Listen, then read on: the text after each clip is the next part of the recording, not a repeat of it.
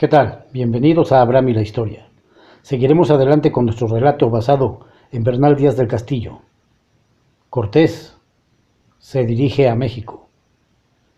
con el aval del gobernador de Cuba. Después que llegó a Cuba el capitán Juan de Grijalva, y visto al gobernador Velázquez, que eran las tierras ricas, ordenó de enviar una buena armada, muy mayor que la de antes, y para ello tenía ya a punto 10 navíos en el puerto de Santiago de Cuba. Los 4 de ellos eran los que volvimos con Juan de Grijalva, porque luego les hizo dar carena, y los otros 6 recogieron de toda la isla y los hizo proveer de bastimiento. Y este bastimiento no era más que para llegar a La Habana, porque allí habíamos de hacer todo el matolaje como lo hicimos. Para ir a aquel viaje, que hubo muchos debates y contrariedades, porque ciertos hidalgos decían que viniese por capitán Vasco Porcayo, pariente del conde de Feria, y temióse Diego Velázquez que se le alzara con la armada, pues era atrevido. Otros decían que viniese un Agustín Bermúdez, o un Antonio Velázquez Borrego, o un Bernardino Velázquez, parientes del gobernador. Y todos los más soldados que allí nos hallamos decíamos que volviese Juan de Grijalva, pues era buen capitán y no había falta en su persona y en su haber. Así, 2 grandes privados de Diego Velázquez que se decían Andrés de Duero, secretario del mismo gobernador, y un Amador de Lares, contador de su majestad, hicieron secretamente compañía con un hidalgo que se decía Hernando Cortés, natural de Medellín, que tenía indios de encomienda en aquella isla, y poco tiempo había que se había casado con una señora que se decía doña Catalina Suárez de Mascaida. Esta señora fue hermana de Juan Suárez, que después que se ganó la Nueva España fue vecino de México, y a lo que yo entendí y otras personas decían, se casó con ella por amores. Y esto, de este casamiento muy largo, lo decían otras personas que lo vieron, y que por esta causa no tocaré más en esta tecla. Y fue de esta manera que concertasen estos privados de Diego Velázquez que le hiciesen dar a Hernando Cortés la capitanía general de toda la armada, y que partirían entre todos tres la ganancia del oro y plata y joyas de la parte que le cupiese a Cortés, porque secretamente Diego Velázquez se enviaba a rescatar y no a poblar. Pues hecho este concierto, tienen tales modos Duero y el contador con Diego Velázquez, y le dicen tan buenas y melosas palabras loando mucho a Cortés, que es persona en quien cabe el cargo para el capitán, porque además de ser muy esforzado sabrá mandar y ser temido, y que le sería muy fiel en todo lo que le encomendase, así en lo de la armada como en lo demás, y además de esto era su ahijado, porque fue su padrino cuando Cortés se veló con doña Catalina Suárez. Ya publicada su elección, a unas personas les placía y a otras les pesaba, y un domingo, yendo a misa Diego Velázquez como era gobernador, íbanle acompañando los más nobles vecinos que había en aquella villa, y llevaba a Hernando Cortés a su lado derecho por honrarle. Antes que pase más adelante, quiero decir cómo el valeroso y esforzado Cortés era hijo de algo conocido por 4 abolengos, el primero de los Corteses, que así se llamaba su padre, Martín Cortés, el segundo por los Pizarros, el tercero por los Monroys y el cuarto por los Altamiranos. Así, después que Cortés vio que en la villa de la Trinidad no teníamos en qué entender, apercibió a todos los soldados que allí se habían juntado para ir en su compañía, que se embarcasen juntamente con él en los navíos que estaban en el puerto de la Banda del Sur. Y Pedro de Alvarado, que se fuese por tierra hasta aquella villa de la Trinidad, hasta La Habana, para que recogiese unos soldados que estaban en las estancias.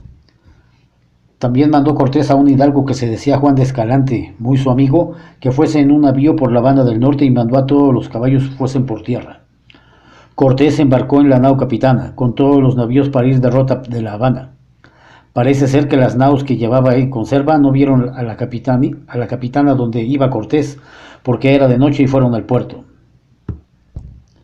Y asimismo llegamos por tierra con Pedro de Alvarado a la villa de La Habana, y el navío en que venía Juan de Escalante por la Banda del Norte también había llegado, y todos los caballos que iban por tierra. Y Cortés no vino ni sabía en razón de él, y pasáronse 5 días, y no había nuevas ningunas de su navío, y teníamos sospecha que se hubiese perdido en los jardines, que es cerca de las Islas de los Pinos. Y Cortés, que como venía en el navío de mayor porte, como antes hemos dicho, En el paraje de la isla de Pinos o cerca de los jardines hay muchos bajos. Parece ser tocó y quedó algo en seco el navío y no pudo navegar. Y con el batel mandó descargar toda la carga que se pudo sacar, porque allí cerca había tierra donde lo descargaron. Y después que vieron que el navío estaba en flote y podía nadar, le metieron en más hondo y tornaron a cargar lo que habían sacado en tierra. Y dio vela y fue su viaje hasta el puerto de La Habana. Y cuando llegó, todos los más de los caballeros y soldados que le aguardaban, nos alegramos en su venida, salvo algunos que pretendían ser capitanes. Y luego Cortés mandó sacar toda la artillería de los navíos, que eran 10 tiros de bronce y ciertos falconetes, y dio cargo de ello a un artillero que se decía Mesa, y a un levantisco que se decía Arbenga, y a Juan Catalán, para que lo limpiasen y probasen, y que las pelotas y pólvora, que todo lo que tuviesen a punto, y dióles vino y vinagre para que lo refinasen, y dióles por compañero a uno que se decía Bartolomé de Usagre. Asimismo mandó aderezar las ballestas, y cuerdas, y nueces y almacén, y que tirasen a terreno, y que mirasen a cuántos pasos llegaba la fuga de cada una de ellas. Y todo esto ordenado, nos mandó apercibir para embarcar, y que los caballos fuesen repartidos en todos los navíos. Hicieron una pesebreta y metieron mucho maíz y hierba seca. Parece ser que Diego Velázquez vio y supo que Francisco Verdugo, su teniente y cuñado que estaba en la villa de Trinidad, no quiso apremiar a Cortés que dejase la armada, pues le favoreció, juntamente con Diego de Ordaz, para que saliese. Dice que estaba tan enojado Diego Velázquez que hacía bramuras, y decía al secretario Andrés de Duero y al contador Amador de Lares que ellos le habían engañado por el trato que hicieron, y que Cortés iba alzado, y acordó de enviar a su criado con cartas y mandamientos para La Habana, y a su teniente que se decía Pedro Barba, y escribió a todos los parientes que estaban por vecinos en aquella villa, y a Diego de Ordaz y a Juan Velázquez de León, que eran sus deudos y amigos, rogándoles muy afectuosamente que, en bueno ni en malo, no dejen pasar aquella armada, y que luego prendiesen a Cortés, y que lo enviasen preso a buen recaudo a Santiago de Cuba. Llegado que llegó Garnica, que se decía que envió las cartas y mandamientos a La Habana, se supo lo que traía, y con este mismo mensajero tuvo aviso Cortés de lo que enviaba Velázquez. Y fue de esta manera que un fraile de la Merced, que se daba por servidor de Velázquez, que estaba en compañía del mismo gobernador, escribía a otro fraile de su orden que se decía Fray Bartolomé de Olmedo, que iba con nosotros, y en aquella carta del fraile le avisaban a Cortés y a sus dos compañeros, Andrés de Duero y al contador, de lo que pasaba. Pues como Ordaz se le había enviado Cortés a lo de los bastamientos con el navío, como dicho tengo, no tenía Cortés con el contradirector, sino de Juan Velázquez de León. Luego que habló, le atrajo a su mandado, y especialmente que Juan Velázquez no estaba bien con el pariente porque no le había dado buenos indios, pues a todos los más que estaba escrito Diego Velázquez, ninguno le acudía a su propósito. Antes todos a una se mostraron por Cortés, y el teniente Pedro Barba muy mejor, y demás de esto los Alvarados y Alonso Hernández, Puerto Carrero, y Francisco de Montejo, Cristóbal Olid y Juan de Escalante y Andrés Monjarés, y su hermano Gregorio de Monjarés, y otros, y todos nosotros pusimos la vida por Cortés,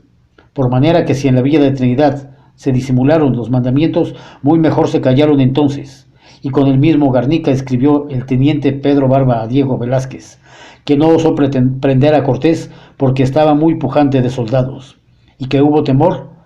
no metiesen a sacomano la villa y la robasen, y embarcase todos los vecinos y se los llevase consigo.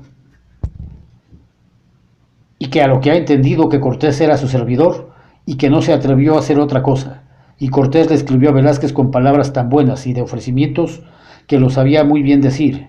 y que otro día se haría a la vela y que le sería servidor.